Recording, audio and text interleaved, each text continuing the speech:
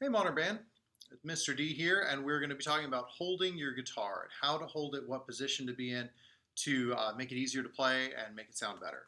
So the easiest way is to play seated. Now for a concert, obviously you're probably going to want to stand up unless it's a classical guitar concert, then you'll be seated the whole time. But when you're practicing, go ahead and just save your energy and your attention and focus on playing the guitar well. And you can sit. I like to sit on a stool so I'm not leaning and slumped into the back of a chair. That's going to be bad posture.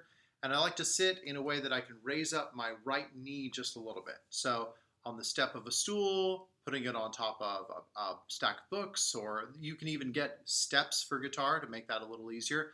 But something that's going to raise up your right leg just a little bit so that the indentation on the guitar is going to sit on your right leg.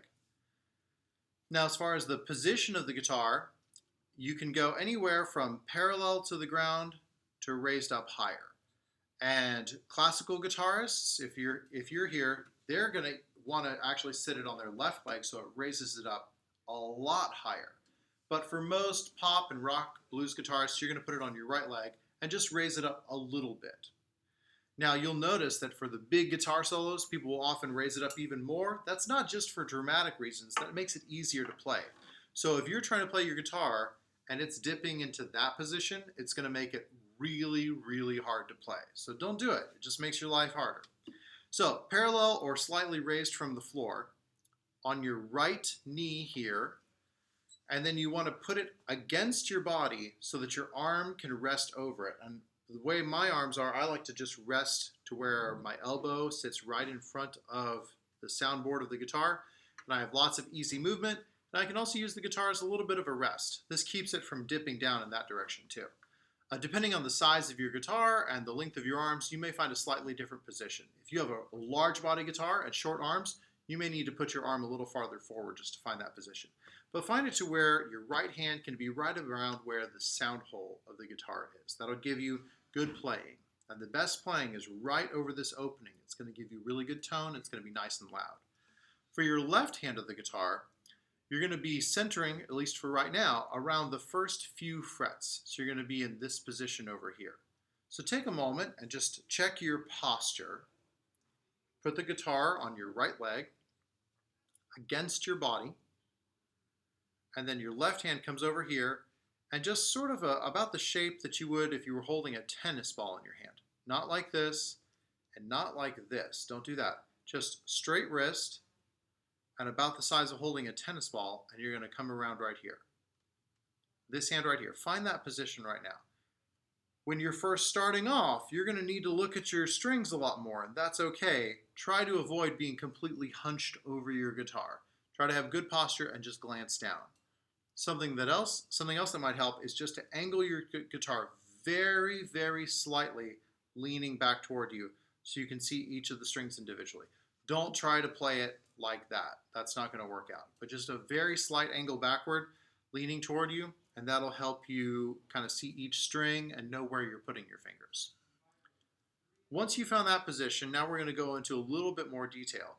When you play notes on the guitar, unless your thumb is pressing a string down, then your thumb should be on the back of the guitar. And then the rest of your hand should be in the front. This lets you have this sort of crab claw thing. This is a pretty strong muscle in your hand. There aren't really any other muscles in your hand. There's ligaments and tendons, but all the other muscles are in your arm. So this is really where the only muscle in your hand is going to be doing some work. So if you put your thumb opposite your fingers on the guitar, it can act as a brace, and it can help you hold the strings down. If you don't hold the strings down hard enough, you're going to get muting or buzzing. And if you try to hold them down without having anything to press up against it, you're going to have a really rough hand position. It's going to hurt, it's going to wear you out, it's going to create some bad habits. Nobody wants carpal tunnel syndrome.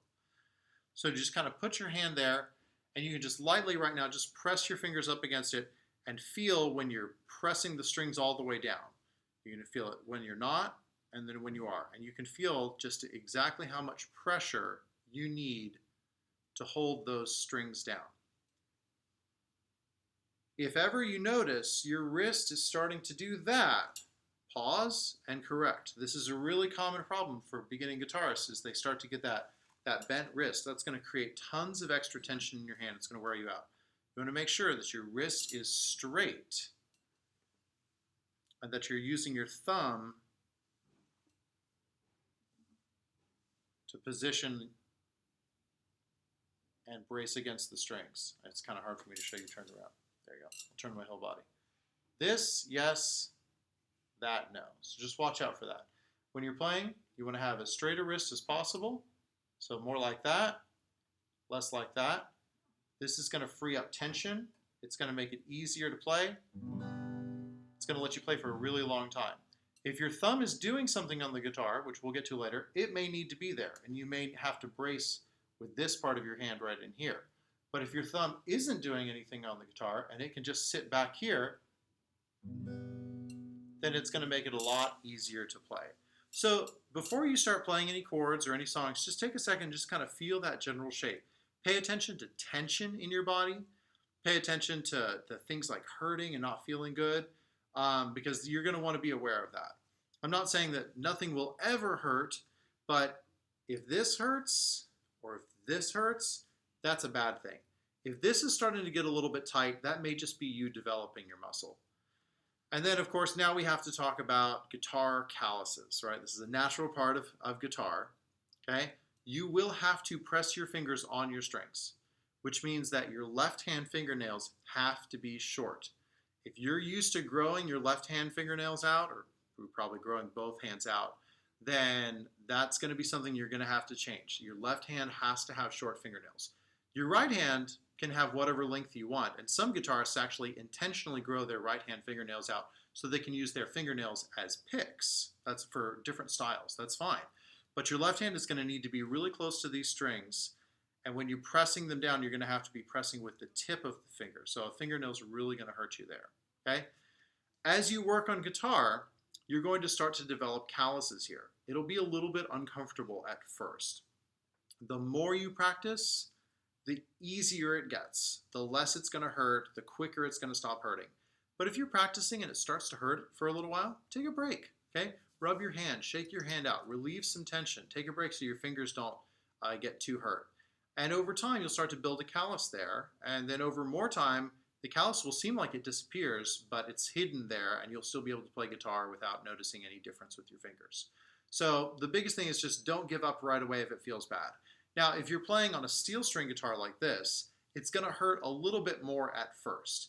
If you're playing on a nylon string guitar, like the one from the previous videos, that one's going to be easier on your fingers. And so that's one of the reasons why we issue nylon string guitars to all of our people that we can, because it's just going to be more comfortable for you as you're learning and developing those skills and those calluses. So keep working, don't give up, and good luck.